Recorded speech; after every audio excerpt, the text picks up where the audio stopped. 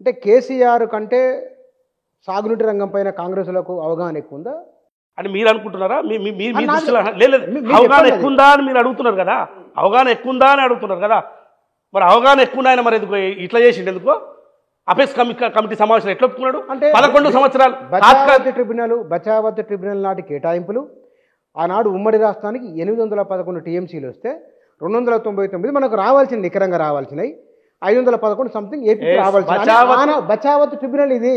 No Bachawat ట్రిబ్యునల్లోనే అన్యాయం జరిగింది. పరివాహక ప్రాంత ప్రకారం మనకు రావాలి కదా. పరివాహక ప్రాంతాలు రాలేదు కదా మనకు 570 టీమ్స్ పరివాహక ప్రాంత ప్రకారం మనకు రావాలి. ఆనాడు వాళ్ళు ఉమ్మడి ఆంధ్రప్రదేశ్లో మనను డామినేట్ చేసి వాళ్ళు ప్రాజెక్టుల వారిగా నీటి కేటాయింపులు చేయించుకున్నారు. అది తప్పు. అంతర్జాతీయ న్యాయ సూత్రాల ప్రకారం, జాతీయ న్యాయ సూత్రాల ప్రకారము ఎక్కడైనా పరివాహక ప్రాంత ప్రకారం నీళ్ళ కేటాయింపులు జరుగుతాయి. సో ఆ రోజు జరిగింది. అందుకోసమే ఈ రాష్ట్రం కోరినాము. కొత్త రాష్ట్రం ఏర్పడింది. మాకు పరివాహక ప్రాంత ప్రకారం 299 కాదు. ఇప్పుడు అపెక్స్ సమావేశంలో ఏం చెప్పాలి? కృష్ణా బోర్డు మేనేజ్మెంట్ బోర్డు వేసినప్పుడు, అపెక్స్ సమావేశం నిర్వహించినప్పుడు మీరు ఏం చెప్పాలి? అది తప్పు, మాకు రావాల్సిన వాటా ఇది, మేము బచావత్ ట్రిబ్యునల్ ఒప్పుకోము, పాత 299 ఒప్పుకోము, మాకు కొత్తగా వాటా రావాలని కోరాలి కదా. మొదటి ముఖ్యమంత్రిగా ఉన్నప్పుడు చాలా జాగ్రత్తగా వ్యవహరించాలి కదా. మీరు మొదటి స్టెప్ వేసేటప్పుడు చాలా జాగ్రత్తగా వేయాలి. మీకు ఆ బాధ్యత లేదు. మీకేం అవగాహన ఉంది? మీకేం అవగాహన ఉంది అంటున్నా. వాస్తవానికి గోదావరి నది నీళ్లను పట్టుకోవడంలో సీతారాం అయినా సరే, ఇవాళ కాళేశ్వరం అయినా సరే, ఆ వరద కాలువ మరమ్మతులకు సంబంధించిన రివర్స్ పంపింగ్ అయినా సరే, ఒక విజన్తో కేసీఆర్ ముందుకెళ్ళిపోతే వీళ్ళు కాళేశ్వరాన్ని కావాలనే మరమ్మతులు చేయకుండా తెలంగాణ దుర్భిక్షంలోకి నెట్టేస్తున్నారు. తెలంగాణలో భూగర్భ జలాలు ఇంకిపోయిన తర్వాత ఒక పెద్ద ప్రమాదం రాబోతున్నది, వీళ్ళు ఎందుకు పట్టించుకోవడం లేదు ప్రశ్న. ఒకటి, వాళ్ళు విజయంతో చేస్తే ఇట్లా చేసేవాళ్ళు కాదు. నిధులు దుర్వినియోగం చేసేవాళ్ళు కాదు. గోదావరి నదిలో ఇన్ని 89,000 కోట్లు పోసేవాళ్ళు కాదు. వాళ్ళకు విజయం లేదు. ఫస్ట్ మీరు ఆ మాట వెనక్కి తీసుకోండి. ముందు వాళ్ళకు విజయం లేదు. విజయం ఒకటి ఉంటే ఈ పరిస్థితి ఉండేది కాదు. మీరు కాళేశ్వరం కట్టి కాళేశ్వరం రిపేర్ ఏం చేయాలి? ఇప్పుడు నేషనల్ డ్యామ్ సేఫ్టీ అథారిటీ చెప్పినట్టు రాష్ట్ర ప్రభుత్వం వింటది. ఏది పడితే అది చేస్తుందా? మీరు ఆల్రెడీ 2 పిల్లర్స్ కుంగిపోయినాయని మీరే ఒప్పుకుంటున్నారు. పిబ్బల్ స్కూల్ పోయి రిపేర్లు అవుతాయి, అది చేయొచ్చు ఇది చేయొచ్చు అంటున్నాం. ఆడ నీళ్లు నిల్వ చేస్తే ఉన్న బ్యారేజ్ కొట్టుకుపోయే పరిస్థితి ఉందని చెప్పి డ్యామ్ సేఫ్టీ అథారిటీ చెప్పింది, స్పష్టంగా చెప్పింది. చెప్పిన తర్వాత ఏం చేయాలి, ఎట్లా చేయాలి వాళ్ళు ఫర్దర్గా చెప్పిన తర్వాత రాష్ట్ర ప్రభుత్వం ఫర్దర్ కార్యక్రమం మొదలు పెడుతుంది. కానీ ఇలా మీరు చేసిన తప్పులేంది? ఒక మాట ఒకటి కాంగ్రెస్ వాళ్ళు పదే అంటున్నారు, బహుశా మీకు గుర్తుండొచ్చు, ప్రకాశం బ్యారేజీ నిర్మాణమైన తర్వాత కొంతకాలానికి అది బ్రిడ్జి కూడా కొట్టుకుపోయింది, మొదలేసిన బ్రిడ్జి. తర్వాత ఈ మధ్యకాలంలో వంతెనలు కూలిపోతున్నాయి. అయితే అవన్నీ మీరు చెప్పదలుచుకున్నది అన్ని కూలిపోయినాయి, ఇది కూలిపోయిందని చెప్పదలుచుకున్నారా? చెప్పండి. అట్లా చెప్పినా సరే నాకేం అభ్యంతరం లేదు.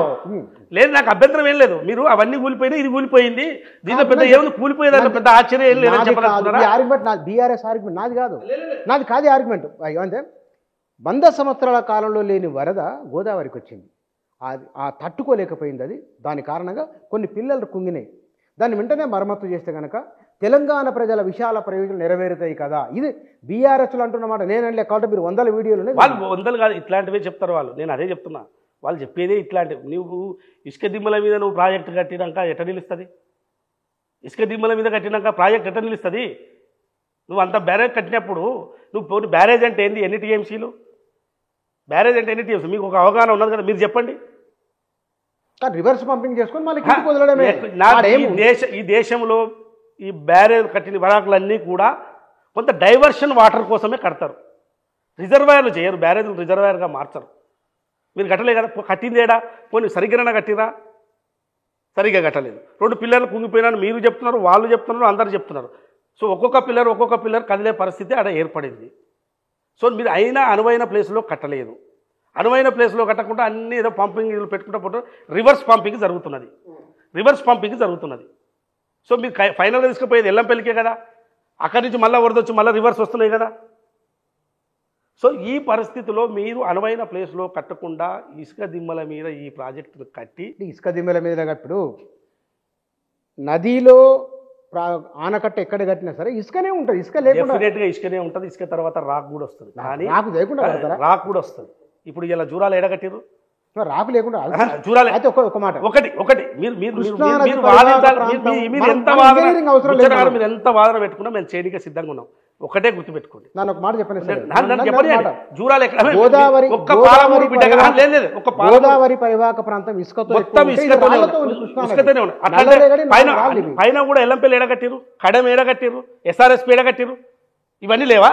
ఏదైనా ఎక్కడైనా అరే, ఆపొచ్చు. ఇవన్నీ నదీ గర్భంలోనే కట్టిరు సార్, నది గర్భంలోనే కట్టిరు. ఎస్ఆర్ఎస్ పైన నిజాం సాగర్ అయినా ఏ ప్రాజెక్ట్ అయినా నదీ గర్భంలోనే కడతారు. కానీ దానికి అనువైన ప్లేసును ఎంచుకుంటారు.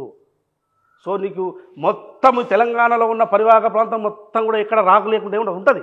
నువ్వు నదీ గర్భంలో అక్కడో ఇక్కడో రాకుంటుంది, నువ్వు అది ఎంచుకోవాలి. అది ఎంచుకోకుండా నువ్వు మొత్తం ఇసుకలోనే కట్టుకొని ఇసుకైనా వస్తే నష్టమే లేదు. ఇసుకను కూడా నువ్వు ఎంత లోతులో ఇసుక ఉన్నది దాన్ని తీసైనా అంతవరకు పోవాల్సిన బాధ్యత ప్రభుత్వాల మీద ఉంటుంది కదా, ఉండదా? కంప్లీట్ మీరు ఇసుక మీద కట్టిన బ్యారేజ్ కూడా నిలవ ఉండే. కానీ దానికి ఒక టెక్నాలజీ ఉంటుంది, దాన్ని ఎందుకు ఉపయోగించలేదు? ఇవన్నీ ఉపయోగించుకుంటే పిల్లలు గుంగినాయి అంటే మీరే చెప్తున్నారు 100 సంవత్సరాల నుంచి వస్తుంది. మళ్ళీ ఈ 100 సంవత్సరాల కన్నా ఇంకో 10 ఏళ్ళ తర్వాత ఇంకా ఎక్కువ ప్రవాహం వస్తుంది. ఉంటుందా బ్యారేజీ? మీరు ఈ ప్రవాహానికి అరే ఇవాళకు మించి మళ్ళీ ప్రవాహం వస్తుంది రేపే. బ్యారేజ్ ఉంటుందా? మరమ్మతు చేయాలి కదా. మరమ్మతు అసలు నువ్వు కట్టిన ప్రాజెక్ట్ ఉంటే మరమ్మతులు చేస్తే బ్యారేజ్ ఉంటుందా? సో కాబట్టి ఏదైనా ఇవాళ నేషనల్ గవర్నమెంట్ సెంట్రల్ గవర్నమెంట్కి సంబంధించి వాళ్ళు ఇచ్చిన రిపోర్టు ఆధారంగా ఏం చేయాలో అది చేస్తాం. సో వాళ్ళ లెక్క బాధ్యత లేకుండా వ్యవహరించే పరిస్థితి కాంగ్రెస్ ప్రభుత్వం కాదు. ఏదైనా ఒక టీమ్గా నిర్ణయం తీసుకుంటారు. ఇంజనీర్లు తీసుకోవాల్సిన ఇంజనీర్లు తీసుకుంటారు, పొలిటికల్ డిసిషన్ తీసుకోవాలి పొలిటికల్ డిసిషన్ తీసుకుంటారు. సో ఏ డిసిషన్ ఆ డిసిషన్ ఉంటుంది. కానీ ముఖ్యమంత్రి ఇక్కడ ముఖ్యమంత్రి ఇంజనీర్ కాడు. ఇక్కడ రేవంత్ రెడ్డి గారు ఇంజనీర్ కాదు. కేసీఆర్ గారు అంటే ఇంజనీర్ ఉండొచ్చు, ఆయన మీదంతా రంగరిచ్చి మొత్తం నిర్మాణం కాళేశ్వరం నిర్మాణం చేసి ఉండొచ్చు, ఎవరు కాదన్నాడు. కానీ ఈ పరిస్థితి ఎట్లా ఉందో అందరూ తెలుసు కదా.